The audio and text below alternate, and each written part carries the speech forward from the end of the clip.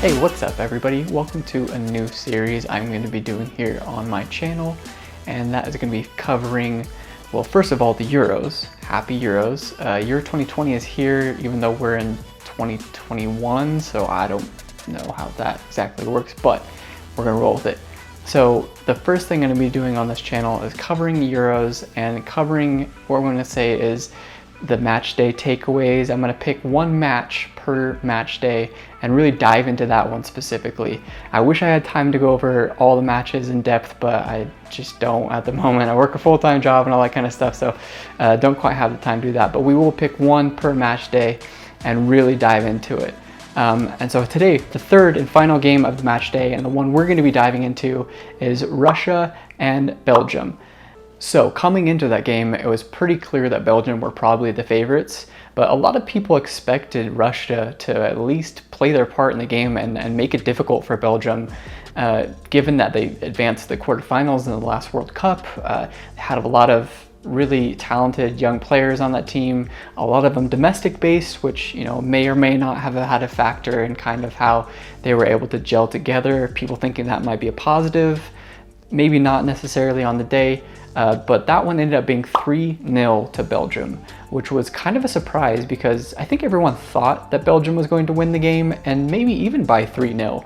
But it's the way that Belgium won the game so impressively that I think stunned a lot of people, or at least made them question the Russian team a little bit more, which I definitely came away with those same thoughts. And we're going to be diving into that here in just a moment. So the first thing we're going to be looking at, what I've called the Russia never found a way to play other than kick it long to Dzyuba and hope that he flicked it on to Golovin and something happened off of that, which was, I think, their biggest problem. And it actually started as probably their biggest strength, which is kind of interesting.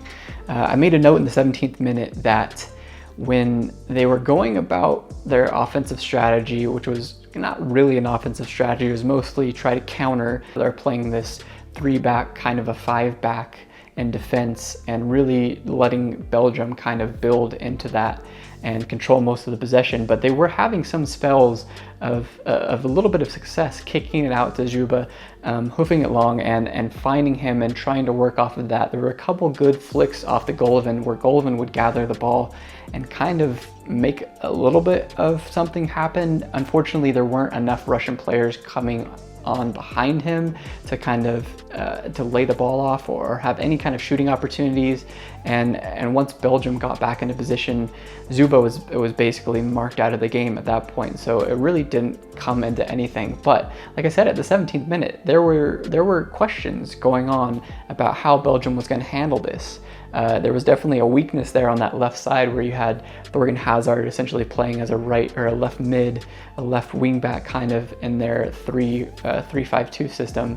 And that wasn't really working out great to start with. And it looked like Russia was actually going to be able to exploit that some, but they didn't. And they never got away from that, trying to play it long to Dzyuba.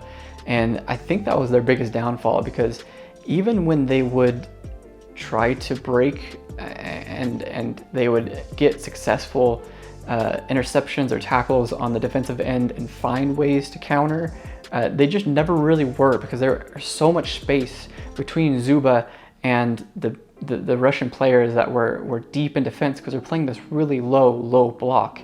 And so they would essentially just kick it out to him, and even if he can control it, there was still usually 2 center backs there, Boyata and Alderweireld, who were able to get ahead on the ball and kind of just make that a null opportunity. And it was really frustrating to watch Russia just continually do this again and again and again and never really come away with another opportunity. It's like they didn't have a plan B. So the last thing Belgium was able to do that really slowed down Russia from doing any kind of something offensively was they just ended up kind of keeping possession more. They slowed the game down, and I saw a lot of people on Twitter after saying that, you know, essentially Belgium won this game 3-0 without even going into second gear, without really even trying. And to some extent that was true, because after they realized that all Russia was going to do was kick it long to Dzyuba, and they just took care of possession. They ended up having 68% of possession at the half and 66% at the end of the final whistle. So controlling a lot of the ball. And essentially what that did was when Belgium had the ball, Russia were no threat at all because they were just turning over the ball way too often. So they would barely get past the midway line and it would already be out of bounds, or Belgium would intercept the ball or win a header and flick it on to another teammate. And so it was really just kind of sad to watch them try to get out of their low block and progress forward into the final third, because they had almost no success after those couple early spells where Juba was able to flick the ball onto Golovin and get closer to goal and into the final third. After those kind of died down, really nothing happened for them, and they didn't find that plan B soon enough. So key point number 2, I feel really bad for Shunin. He had a really poor game. The Russian goalkeeper ended up only getting a 4.7 rating from Who Scored, the worst of any player on either team. And it just was a really tough night for him and all of the Russian defense. The second point I'm calling is kind of just sloppy defense, or being switched off, or just not as sharp as they needed to be. And essentially all 3 goals ended up happening because of this problem. And the third key point. So Russia really it almost surprised me that they sat back in such a low block. I'll admit I didn't watch a ton of their Euro qualifying games, but I watched a few, and they still kind of had that same pressure that they had during that 2018 World Cup. Not to say that they were a seriously pressing team like something out of a Jurgen Klopp Liverpool or anything like that, but they were putting a lot more pressure on the opposing team than they were tonight, obviously. Playing in that really low block, and even if you want to call it a mid block at some points, ended up just getting pushed back further and further as Belgium had more possession. Okay, so final thoughts. This is the unscripted portion of the video, so I'm essentially going to be ranting on what I saw out of these two teams today. And I touched on a little bit there in our previous segment. And I think there's still life for Russia. I think that they still are going to have an opportunity to win and progress if they can get wins against both Finland and Denmark, which won't necessarily be easy, but the Finns are not the strongest team in this tournament by any means. And Denmark, who knows what's going to be happening with Denmark over the next couple of days. Hopefully positive word comes in about Christian Eriksen, but I personally, this is obviously just speculation, can't see him playing the rest of this tournament just for his overall health and safety. And so that's a big miss. And not to say that Denmark can't turn it around, but it is going to be much tougher without him. And I think that opens the door a little bit for Russia, even though they had a bad performance tonight.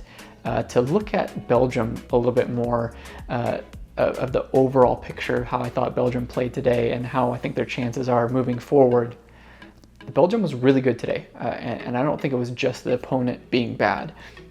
You saw them be able to kind of not necessarily put the most pressure on Russia and kind of stay at almost a half tempo throughout most of the game. And obviously big performances out of a couple players. I think Thibaut Courtois didn't have to do much, but when he was asked to do some things, he made a couple good saves. Obviously Romelu Lukaku with the 2 goals, having a fantastic game. He continues to impress me. He's absolutely should be in the conversation for one of the best strikers in all of Europe. And I thought especially today, his hold-up and movement were phenomenal. You see on the 3rd goal, it's essentially him just playing on the back shoulder of that last defender and having the movement and the presence of mind to see that run was an opportunity. And he was making those kinds of runs throughout the whole game. And he was also coming back into midfield, linking play, dropping deep, and doing kind of the same things that he was doing for Inter this past season, having runners progress past him like Achraf Hakimi. This time, it was Thomas Meunier late in the game. The other side, not as much, getting Thorgan Hazard involved, but you saw Dries Mertens kind of coming centrally and getting the ball off of Lukaku a lot of times, and then Lukaku would make those great turns and find space after that. And I think that's what he's so good at, is just not stopping at any phase of play as they get closer and closer to the opposition third and closer to the goal. he just continues to find these little pockets of space and move around and find where he's needed and make the plays where he's needed, whether that's, you know, laying the ball off for a teammate, just getting a quick pass out to another person to open up a passing lane for another player coming in behind or something. He's always thinking ahead and always getting himself in the right position. I thought he had a fantastic match tonight. The man of the match on Who Scored, and I think maybe even the official UEFA man of the match as well. And well-deserved performance from Lukaku. Some interesting notes. Obviously, injuries becoming a huge thing for Belgium. Already missing Axel Witsel and missing Kevin De Bruyne, obviously, for this game. Bruyne, I believe, should be coming back, if not for the next game, maybe by the knockout rounds. Obviously, him dealing with the orbital and eye socket damage from that collision with Antonio Rudiger in the Champions League final. But today, a very similar injury, not necessarily a similar circumstance, but a similar injury for Timothy Castagne, their starting right wing back in this game, coming out with a huge bruise and black eye. And Goose, it was another situation where you see that similar to De Bruyne's injury, and you just think, oh no, crap, this is not going to be good. And you can see it immediately on his face, literally and emotionally, that he's going to have to leave this game, and it's probably not a good injury for him the rest of this tournament. So dealing with some injuries, they do have a lot of depth. Having Eden Hazard come in and play a couple of good minutes, hopefully he gets more comfortable and healthy as the tournament goes, and he can be a bigger factor, especially if De Bruyne ends up missing a lot of time. And just having the depth to have somebody like Thomas Meunier come in and fill in perfectly at that right mid position after the injury to Castagne, with almost no drop off at all. I think Belgium is still one of the favorites in this tournament for sure. Not to say that we really learned a ton from them tonight just based off of their opponent, but I think that they're still a very heavy favorite, and I can't wait to watch them more in this tournament, especially as we get to the knockout rounds. Those obviously where things get interesting, and depending on where they finish in this group, I think they will finish with 9 points and 3 wins. They could have an interesting matchup in the round of 16. So stay tuned for that, and stay tuned for more of these videos across the Euros. We're going to be continuing to do these kinds of things, continuing to do more graphics and podcasts and all that kind of stuff, all that kind of fun stuff as the tournament progresses. I love the Euros. I'll be honest. I am so thrilled for this tournament to be happening right now, and just excited to be continuing to cover it in any way possible. So thanks guys for watching today, and I will catch you on the next one. Bye.